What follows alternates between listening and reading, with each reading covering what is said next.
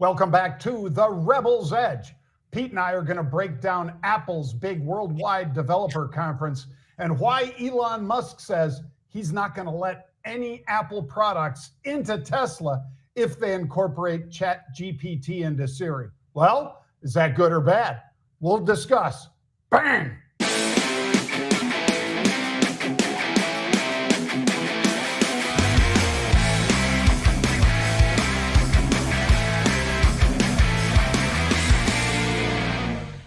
He's back, baby. He's back. Not the clapper. Not to be confused with, if you don't make that a plural sort of thing, Pete. Well, we've had a lot of Mark Lopresti, which has been fantastic, but you and I haven't done it, just the two of us, in a little while. But it's exciting, John, and it's fun. There you are in Puerto Rico. Here I am in Minneapolis, or Minnesota at least, and I'll tell you what, the weather here could not be more perfect. I'm not kidding. I mean, I usually say that jokingly, but, by day we got rain and then it gets sunny when you get about 10 o'clock in the morning, 11 o'clock in the morning, gets up towards 80, and it's like that the rest of the day, and it just keeps revolving. That just every single day. I'll take it. What do you got there? Sunny, Pete. Oh, geez. I don't know if I want 100. every day in the summer. 90 and sunny. Yeah. I'll tell you what, there's some heat in the U.S. too, man. You look at Arizona and Florida and you start seeing these hundreds, these triple digits. Oh, whew, some hot, man. Yeah. Well, speaking of hot, we've got some great news for you, some bad news for you, and we've got, of course, the Macro Minute, Fantastic Futures, and sports. So let's get started, Pete. We're going to kick it off with the Macro Minute. And I'm going to say there are a bunch of significant releases and central bank meetings later this week. And the FOMC, well, yeah, they could sway the FOMC into doing or not doing something. And European stocks fall for the third consecutive session because after that election result across Europe, there's a lot more people that are conservative than there are left-leaning right now in Europe, apparently, Pete. Yeah, I'll tell you what, John, I'm not trying to be repetitive, but I think this whole week is going to really be answered on Wednesday because 8:30 in the morning, I believe it is, we got CPI. And then to follow that up, we get the afternoon, we get the Fed. And if the Fed follows what we all are expecting, which is 99.7, so almost 100%, but it's not 100%, that they're going to pause. But the real fireworks are going to probably come after that, when Chair Powell's up there and starts talking, John. Now, if we can keep him from putting his foot in his mouth, maybe this market can do pretty well. I don't know. Sometimes he starts to go off and starts to really go into different areas, but I think he's learned his lesson from doing that on a couple of occasions, and I think he's going to do the right thing and give everybody what is true, but at the same time not going too much over the top on some of that stuff. So should be pretty interesting, but that is what the market is staring at right now. It's waiting for those Wednesday numbers for sure, Pete, and Chairman Powell.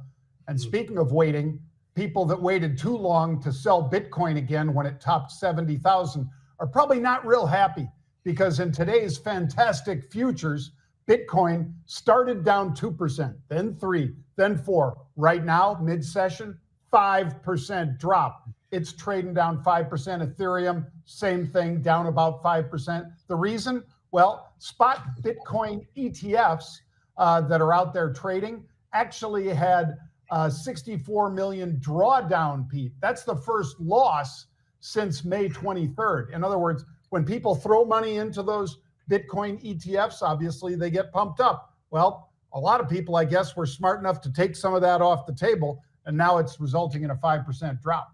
You want to talk about volatility, John? How about this one?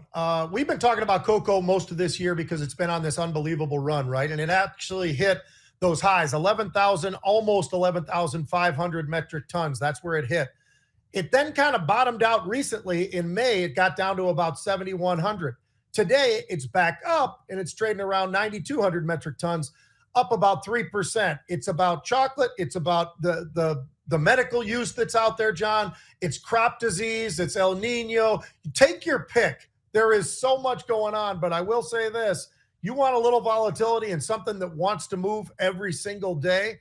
cocoa might be up your alley, but understand it's a volatile son of a gun. Yep, it is. And it has been, Pete, Yeah. just as nat gas has been.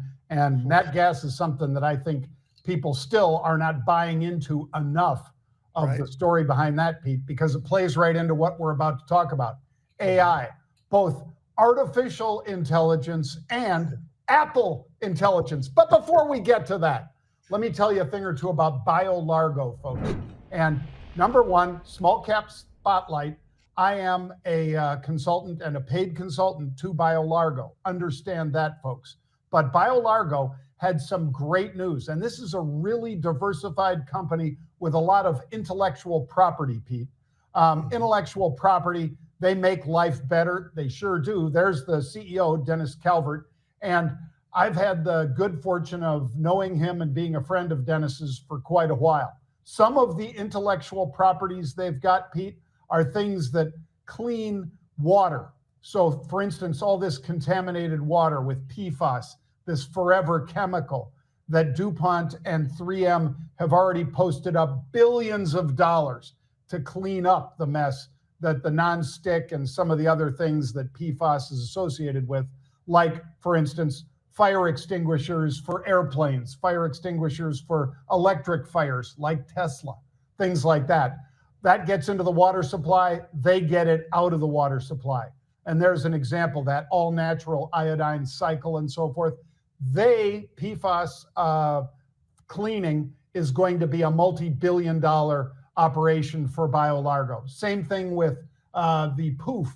And if you've seen those commercials, or if you've been at a Home Depot or a Walmart, you've seen this spray. It basically takes down the smell of an animal residue, whether that happens to be urine or fecal matter, and it takes it away, Pete, which is a very popular thing for pet owners like me that occasionally have pets that make mistakes. Well, they don't have to manufacture anything. They just use their intellectual property, and their partners manufacture it, and these guys just get a royalty.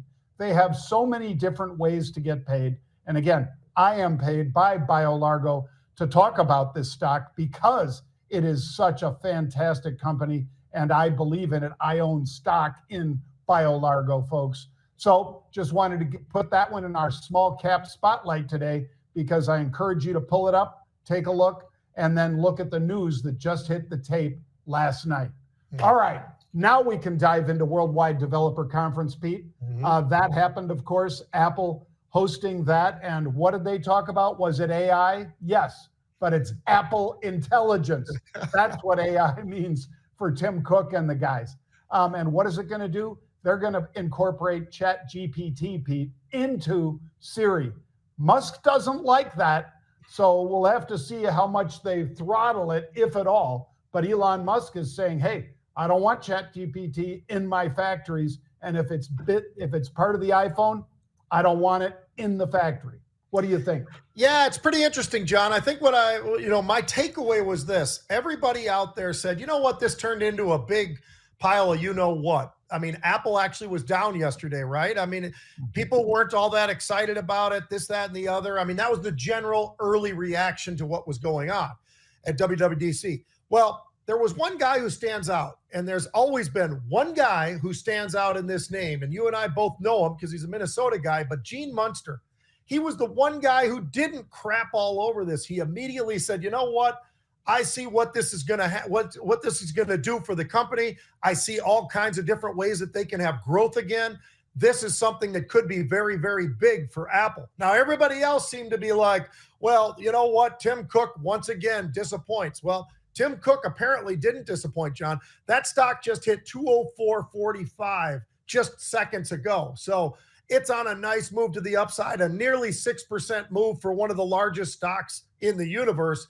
I think that they're doing a heck of a lot of things right. I think Gene Munster is exactly right, that they've done what they needed to do. Now, is it blowing people away? Not necessarily, but there's a lot of different things that they're going to be able to put into all the products of Apple. And that's going to be a big deal because they got a heck of a lot of different profits and different funnels that are attached to what they do, all the different revenues that they've got, John. I think this is more of a home run than even Gene is talking about right now. We'll see. we'll see how long lasting this move to the upside is. But Apple has made a pretty decent move. It's gone up 15% in the last 2 months into this WWDC, and now adding another 6%. Not so bad.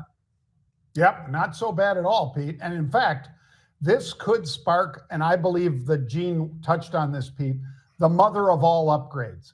Because, most of us have an Apple device of one sort or another.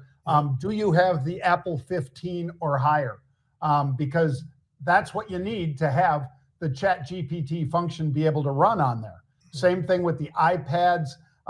For all of the stuff that they're developing for iOS 18 or whatever, Pete, it will only work with their highest end phones, with their highest end iPads and so forth. So if you want that functionality, you're going to have to upgrade. That's why people are thinking, wow, instead of being the usual 60, 70 million device upgrade, could it be 100 million devices? And I'm going to say right now, today, Pete, yes, that's why you want to buy Apple here. And I'm a proud shareholder. I know Pete's owned it for longer, but it's a $3.15 trillion monster right now. All right, let's talk about Target Hospitality, Pete. When they call it hospitality, I don't think that quite really gets to the basis of what they are. No. They're basically some of the detention facilities for the illegal migration across the border. And I will continue to call it illegal because they're not crossing legally, Pete. Are they great people? Some of them could be, but they're breaking the law. They get detained, many of them, not all, as we know, but a lot of them get detained and put into these facilities like the Target Hospitality, the kind they provide. Well, they just lost their contract. The Biden administration says they're going to shut these guys and the other detention facilities down. Now, maybe that means there'll be more free crossing, Pete, because there's nowhere to put them. But in any case, TH is down 30% and falling like a stone today, and so is their competition, Pete. And that's because, John, 72% of their revenue comes from one of the largest facilities that exists, 2,500 folks. So it just makes you really wonder what's going on. I'll tell you what, this was a $12 stock not long ago. You can see it on the charts right there. And now it's trading in the sixes. I mean, it's getting absolutely hammered. It's hit 52-week lows. Yep. This is really an unbelievable situation. The volumes there are off the charts as well. Everything that you're looking at, when you look at Target Hospitality right now, and like you said, hospitality is an interesting word to use, but it's theirs, not mine. But these facilities, I'll tell you, it's going to be very, very challenging for them to be able to survive. If you're thinking about the size of this and what it really means to the company, I'm not sure we've seen the lowest lows just yet on this particular name, John. Unless something changes, I see this stock going below 5, and that's not going to look too pretty. No, it'll be really tough on those shareholders who are getting blindsided. And a very interesting, Pete, to see how many congressmen and women traded on this information ahead of this, because perhaps some did. We don't know that for sure because they haven't had to file, but I'll be looking at those filings. All right, take a look at this one, Pete, Affirm, because we both know and we both talked about it a lot. And in fact, our good friend Bryn Talkington, who was on CNBC with us for years and is still there, she was one of the people that called this out as, you know what they do isn't that unique, really. Anybody can do a buy now, pay later situation. Now, some will do it better than others, and Affirm has stood the test of time, but it's nowhere near the $170 that it was in October of 21, Pete. It has reversed, and it was lucky to survive. Now it's making a nice move to the upside on the news that Apple will let them be one of the options when people buy things through Apple. One of the selections they could make, hey, I'd like to do buy now, pay later with Affirm. Apple will let them do that. It's not big news for Apple because they're a $1 trillion stock, but this is a $10 billion stock that just got back up over $32 a share. Yeah, and you look at the 52-week, John, you're at $12 on the downside, $52, and here we are basically right in between, splitting hairs a little bit, but $32. So it is interesting. This is much bigger news for Affirm than it is for Apple. There's no doubt about that. Apple Pay has all sorts of different methods you could use. they're obviously bringing this aboard, and it makes some sense. Why not? But the problem I have with this company, John, and you've heard me say this many times with a lot of different companies, how long have these guys been public, right? It's been pretty extended period of time by now. And when are they going to show us that they can make money? How do these companies that don't make money start to make money and show us the path? Now they've had, a really interesting run. And as you said, everybody loved them. This stock was extremely higher than it is right now. But at what point do they make money? Until they can show me they can do that, John, I look at the balance sheet and everything else. I look at the cash burns and stuff, and I'm like, you know what? I'm okay with these other names. I'd rather be somewhere where this is a mature company that's figured out how to make money, and I'm not seeing that out of Affirm. So for right now, I'm still hands off. I understand the move today. This is big, and this is good news for Affirm. Apple, this is just like, of the 52 cards in a deck, this is one card. If that. You're exactly right, Pete. All right, let's talk about ASTS. The stock, we haven't talked about it that much. We've actually had unusual activity in this one, Pete, when it was a $4 stock. But since then, it has exploded to the upside. In fact, it's up over 300% in the last month. Now, we don't have any current unusual option activity, UOA, but these guys develop space-based cellular broadband networks for smartphones. So what does that mean? That means that potentially, I say potentially, Pete, because it's not active yet, they didn't have revenue until this last quarter. They were pre-revenue, and they were burning a lot of cash. But now they have AT&T, perhaps they've got Verizon, and anybody who's been on a plane and had a Viasat connection knows that a lot of planes use a similar tech for communicating, whether it's GoGo or Viasat or whomever, with a satellite above rather than from a platform below beaming up to the plane. So these guys, a lot of potential. It's made a big move. And right now, I think a lot of people are saying, do you take profits and get off lucky with your shirt still intact, or do you hold on and hope for more? Yeah, it's an interesting question, John. They pushed up. They didn't quite get to the 52-week highs today. I think the highest I saw was 920, 960, I think is the high. But it is interesting. But here's another great example. Are they profitable? No. That's a bit of a problem. They've got these two big partners, though, and that could change a lot. That could change a lot for how they're able to execute and push themselves forward through the next couple of quarters, and then whenever this whole thing actually shows up financially for them. And with all those different, when you talk about Verizon, that's pretty good. You talk about AT&T, we're talking about two huge partnerships right there for them. So this could be something that could be very lasting. Now, they just have to prove it. And I can tell you this, again, I'll say it again, short interest is off the charts. So could this thing get squeezed pretty fast to the upside? If I start seeing call buying in there, John, my guess would be they're not necessarily positive on the stock.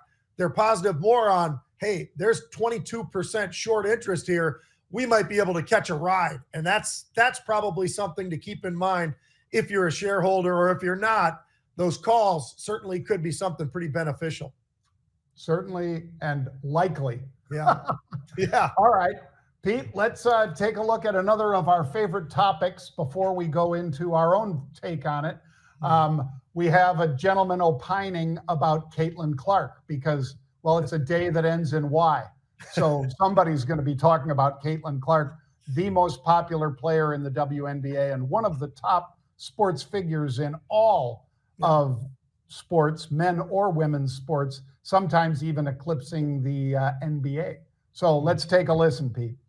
Caitlyn Clark, Chuck Redmond, CEO of the U.S. Women's Olympic National Basketball Team. How's it going? Good. Just wanted to give you a little courtesy call here. We just finalized the roster for the Olympics, and unfortunately, you're not going to finalize make the roster with us this year. Yeah, we're cutting you. Now, I want to be clear. This is not a basketball decision. This is a business decision. I mean, you are playing as well as anyone in the world right now, but it's not about that. You're new to professional sports. Professional sports is not the sports business. It's the entertainment business, and we need to bring the most entertaining team possible to grow the game of women's basketball to the Olympics. And you just don't provide us with that right now. If I'm going to be brutally honest, as a fellow Caucasian, you're just too white. You're a straight Fellow white Caucasian. female. I mean, if you were just bisexual, you'd be a shoo-in. Now, I want you to know, we are not taking this position. He's offending just about everybody. Extensive research, He's trying hard. revenue, and with you on the team, you would be bringing in upwards of $100 million in endorsements and TV contracts and, Who and all wants that, that? social media buzz. And without you, we're actually going to be losing 120 grand. Yeah, the flights are expensive now. All these girls want to fly private, you know, and flying private to Paris is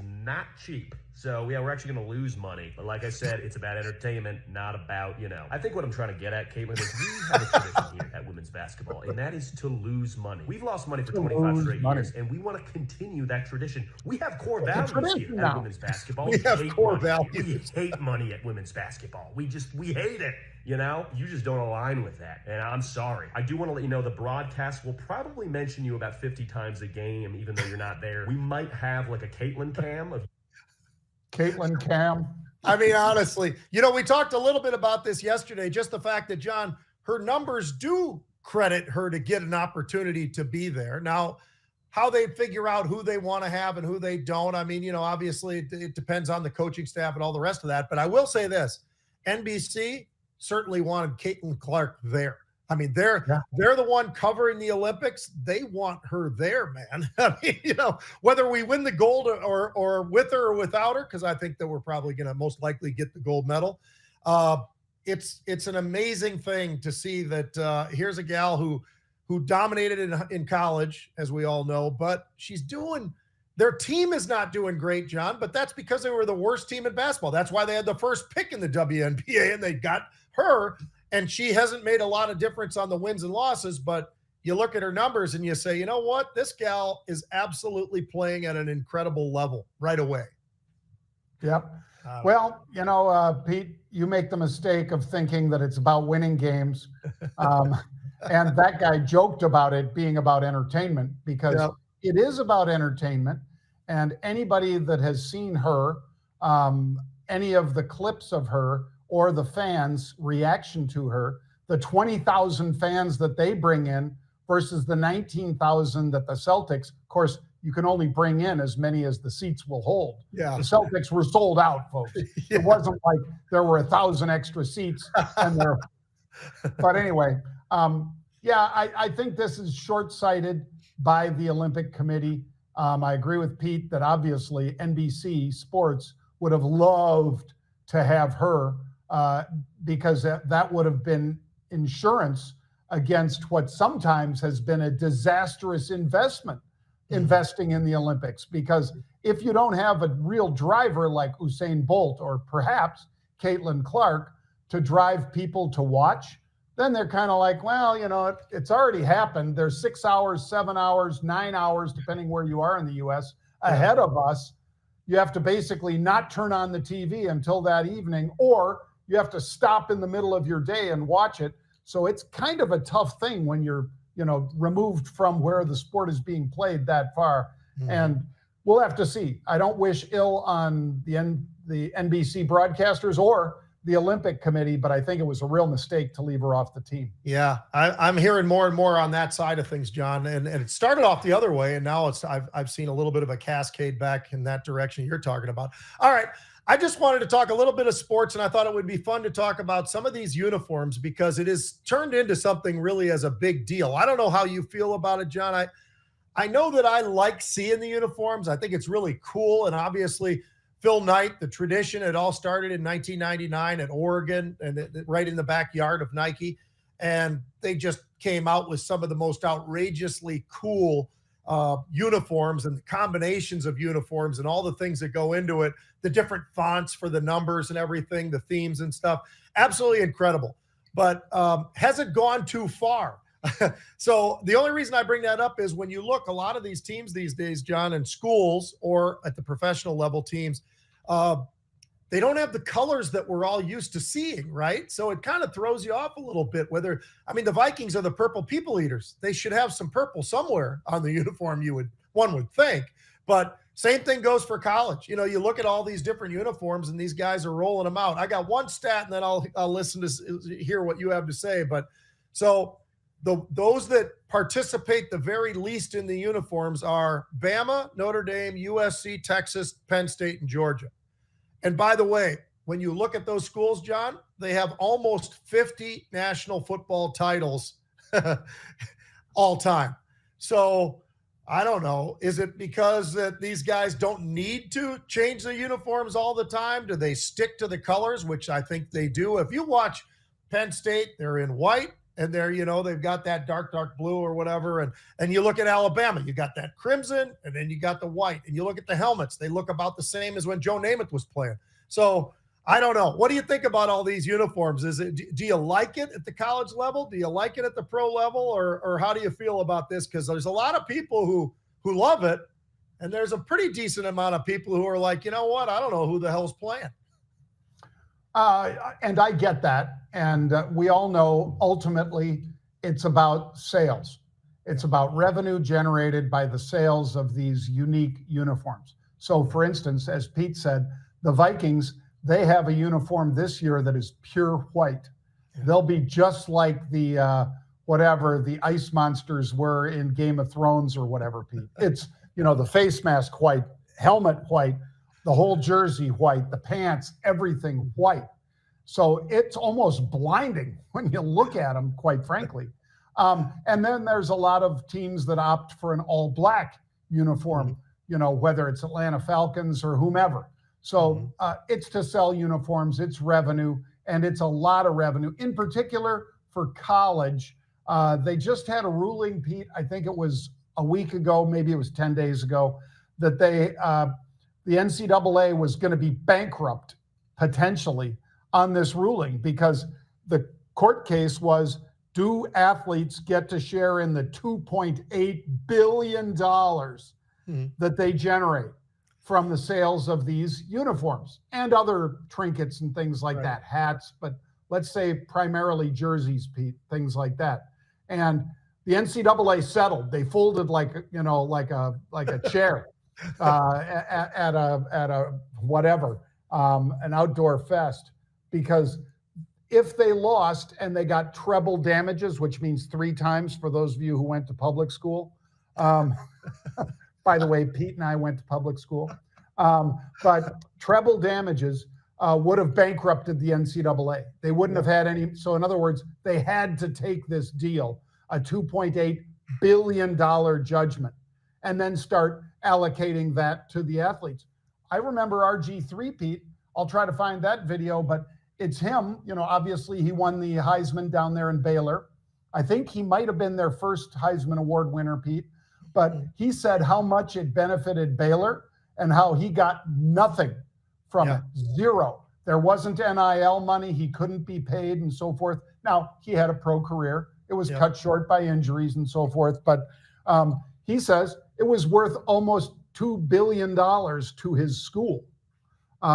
They built a $250 million stadium on the back of, the Focus because of him doing so well and so forth. So I've always been the guy that thought that the athletes should be compensated. I don't think they've picked a very good way of doing it to where, the top 3 or 4 kids on the team maybe make all the money.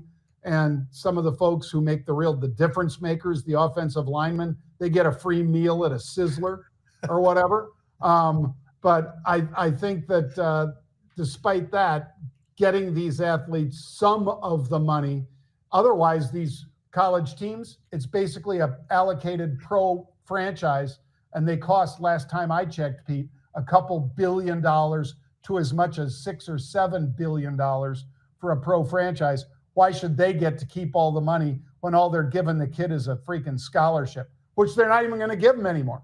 They're just going to say, hey, there is no limit to scholarships now. We can just give as many as we want because it doesn't matter. They've gone down a bad path, but I'd even add to that, John. I don't know if you saw this today, but the NC State national championship basketball team, and I'm going way back. They're suing for money as well now. So it's never ending, man, and it's going to be interesting. Kind of sticking with money because you and I are sports guys and money guys or whatever. But How about this? So, a couple weeks ago, I'm out there and I told you I was out there watching Brock Purdy, and he was the first guy on the field, the last guy off the field. He was still throwing the ball to the ball boys when I left practice in San Francisco and at Santa Clara. And I'll tell you, he's making, John, a whopping, I think it's $950,000, because he went up from where he was at $850,000 last year. I think he gets $950,000 this year. So someday he will get paid, but I just wanted to read off a couple of the guys and what they're making in college football right now because of NIL. It's Shedeur Sanders is at the very top, $4.7 million. You got Arch Manning, 2.8. Travis Hunter, still at Colorado, 2.4. You got Quinn Ewers, now another kid at Texas. So Texas and Colorado at the very top, almost $2 million, $1.9 million. Carson Beck, quarterback over at Georgia, 1.5. I'm not going to go through the rest of them, but I can tell you this. Those guys could not carry any of the water right now for Brock Purdy. And yet they are making multiples of what Brock Purdy is making, a couple years into the league. So somewhere along the line, they're going to have to figure out one thing. Why is the NFL so good, so great, so unbelievable relative to a lot of the other sports? They have a salary cap, and it's penalties that are substantial if you're over and all the rest of it. And I don't know, John, on NIL, I don't know how you tame it other than to say, okay, here's what we're going to do. There is a number, whatever that number is, and nobody can surpass that number. And I think if they did something like that, at least it kind of changes a little bit of how college sports kind of still look like college sports, because I don't know. I feel bad that this has turned into just professional football. I mean, it's the semi-pros of professional, but they're making more money than a lot of guys in the NFL. The average long snapper, John, makes $1 million a year. I just read you off 8 or 10, or at least that top 20 are all $1 million plus. I mean, it's unbelievable. Yep, it is, Pete. And as usual, you're ahead of the curve. I'm sure there will be some sort of discussion, at least, about it. I don't know if they'll be able to put, again, the toothpaste back in the tube now that it's out there. And again, Arch Manning never started a single play for the University of Texas. Now, spring game, yes, but he was getting that money last year, Pete. Yeah. It's just that his uncles and his dad and grandfather said, nope, you can't touch that until you play. And I get it, but there has to be some sort of, adult supervision of this. And I just think the NCAA is a bunch of wusses that they've let this go on like this, Pete, without putting down any rules at all. Right. Just like pay them as it went from, if you got, a free meal someplace, or if they flew you home to go see your mother's funeral, you could get an NCAA bar. And by the way, SMU, Pete, $60,000 they caught them. Maybe they did a lot more, but $60,000 they got the death sentence. Yeah. Now you got guys making $5 million. Something's wrong with the NCAA.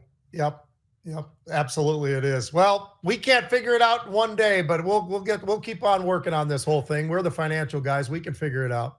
We'll figure it out for them. Folks, thank you for joining us. Remember, go to marketrebellion.com/get started, and you can learn more about exactly how we do what we do. We've got coaches, we've got mentors. They can make you a better trader.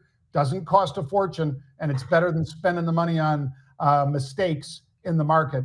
That's marketrebellion.com/get started. We'll be back tomorrow at 1 p.m. Eastern Time.